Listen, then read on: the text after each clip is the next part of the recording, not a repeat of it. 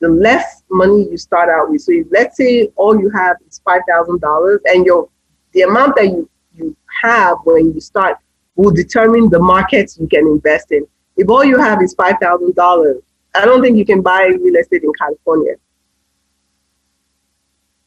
If all you have is $5,000, then you might need to go to a different market. If all you have is $10,000, you might need to go to a different market. So the monies that you start off with will determine where you go.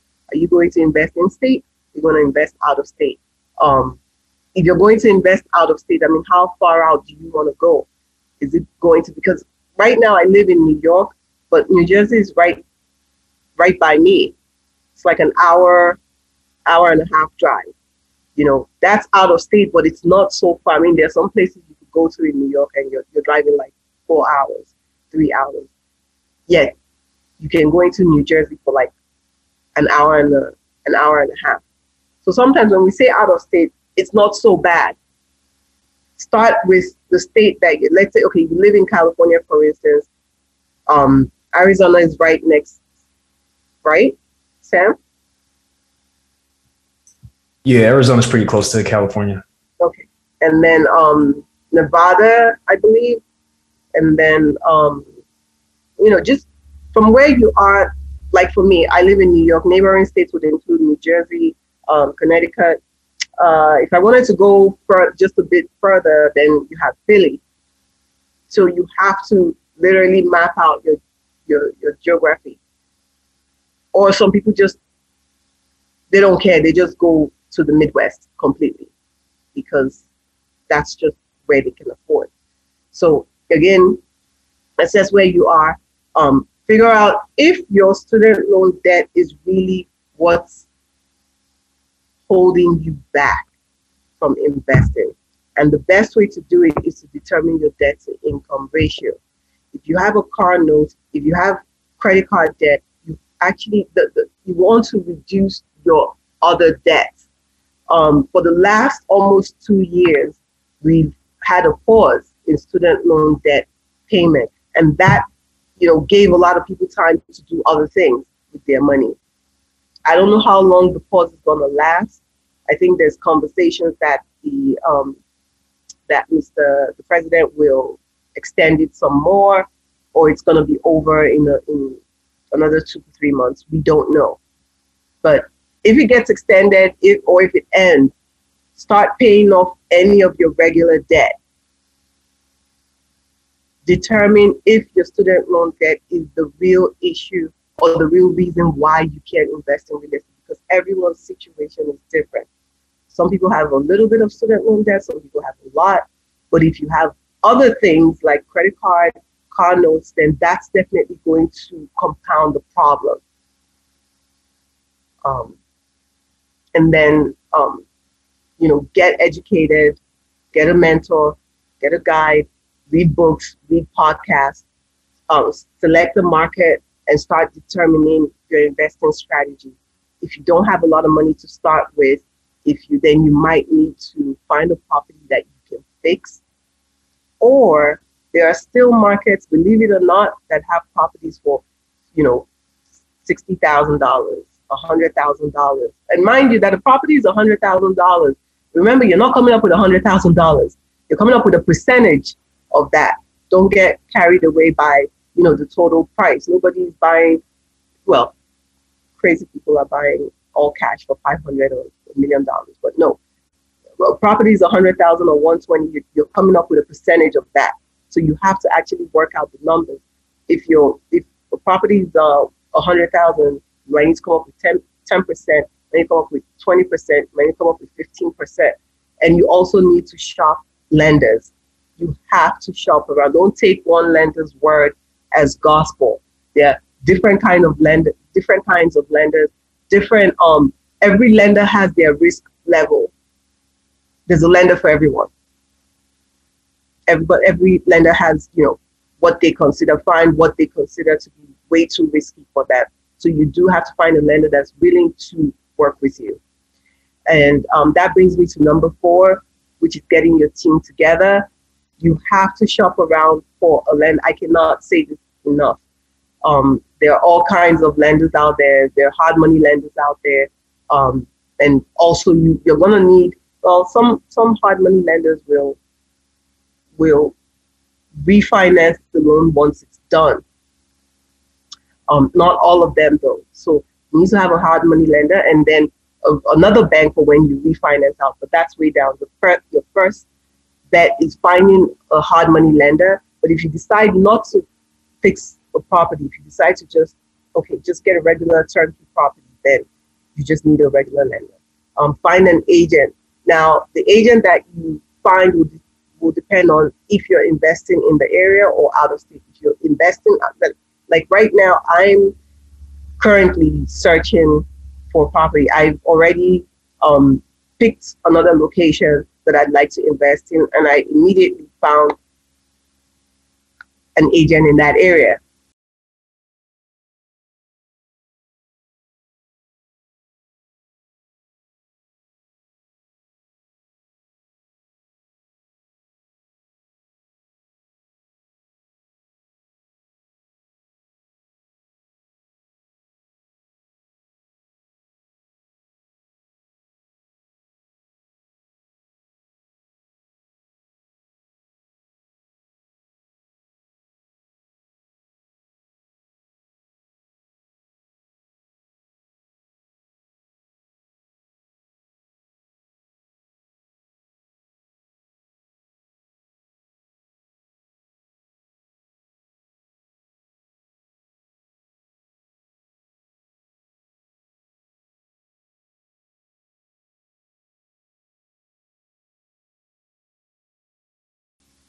I made contact, they responded, they put me on their MLS listing to get notifications, and I've already started receiving notifications. And there are so many agents out there right now, so everyone is willing to work with anyone. If you can just call, introduce yourself, tell them what you want to do, and get started. If you are going to fix or flip, then you need to find a contractor. And that's actually a very crucial part of your journey if you decide to go the rehab route. Luckily, real estate is a referral business. There are agents who always know contractors, agents who know lenders as well, agents who can. So having a good agent will actually get you far because they all kind of know each other at this point. And once you decide, you can rinse and repeat. Rinse and repeat. Sam, did you have any questions? Yeah, I had a couple, but if Alicia or Jasmine, if you have questions, definitely feel free to drop them in the chat, and I'll read those. So Ogechi is able to answer them. I did have a question. You also have an ebook that outlines 7 steps. Can you talk a bit more about that? And I'll also include that link in the chat, and then I'll include it when I upload the replay as well. But I really want to make sure you have an opportunity to talk about that particular book and everything else that you may have to offer. Thank you. So 7 steps for don't buy. It says the title of the book is "Don't Buy Real Estate Until You Read This: 7 Steps for Buying a Profitable Rental Property." I wrote the ebook because I felt that, not that I felt, after just conversations with a lot of people, I wanted to give newbies a soft landing because I've been in this for a while now. I do have a portfolio that generates a 6-figure revenue. I don't have a gazillion properties. People tend to think, oh my God, you need like a million properties. No, I'm very strategic with my buys. I buy real estate every year, monitor that property, and then move on to the next. I'm not, if you are on Instagram, a lot of people are like, oh my God, I'm buying $10 right now. That's not me. I move strategically. The principles I lay out in the ebook is perfect for a newbie, someone who has 2 properties or 3. It doesn't matter how many properties you have. The principles will not change. I basically give you step by step what you need to be looking out for so that you can buy a property that makes sense, that will generate income for you. As far as also covering your bills, and just basically more than your bills, because you're not going into real estate investing just to cover the bills. I'll give you an example. If you decide, since you've decided to become a real estate investor, a lot of things are different for you. First of all, you have a higher interest rate than someone who was going to live on the property. Your taxes are going to be slightly higher. If you have a trash bill, it's probably going to be higher. For instance, for my property in one area, if I lived on the property, like basically my trash is 2 times the amount than if I lived on the property. So let's say the trash bill is $150, mine is $300 because it's an investment property. The point I'm trying to make is that once a property is labeled investment, your bills are higher just from the jump. You have a higher interest rate. Interest rate for owner occupied might start off at 3%. For you, real estate investor, it starts off at 4%. So you have to be cognizant of these costs and do your due diligence before you buy a property, so that you're not just getting the rents and just paying bills. You do have to be able to cover yourself.